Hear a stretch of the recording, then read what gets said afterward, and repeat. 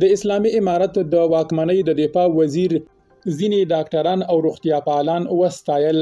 مولا محمد یعقوب مجاهد ځینې روغتیاپالان او ډاکټران څنګه او ولې وستایل؟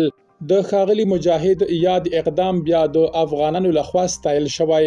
دا چې په یاده غونډه کې نوموړي دفاع وزیر نور څه ویلي، بشپړ جزئیات په ویډیو کې تر پایه وګورئ.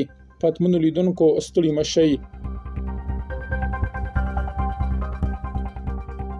مولا یعقوب د ختیځو ولایتونو د زلزله ځپلو د ژغورنې ټیمونه او ډاکټران وستایل.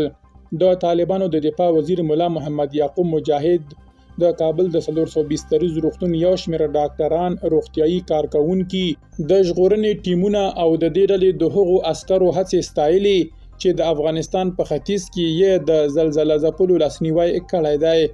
د طالبانو دفاع وزارت په یوه خبرپاڼه کې ویلي، مولا یعقوب د هغو سوداګرو مننه هم کړې ده چې له زلزله ځپلو سره یې مرستې کړي دي.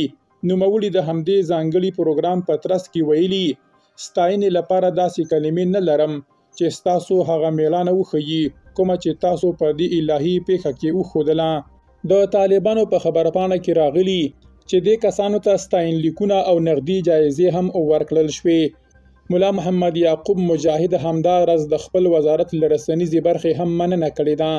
د اوري پر 9 د افغانستان په ختیځ کې د 6 درجې زلزلې له امله لږ تر لږه 2250 کسان مړه او له 3500 څخه ډیر نور ټپیان شول.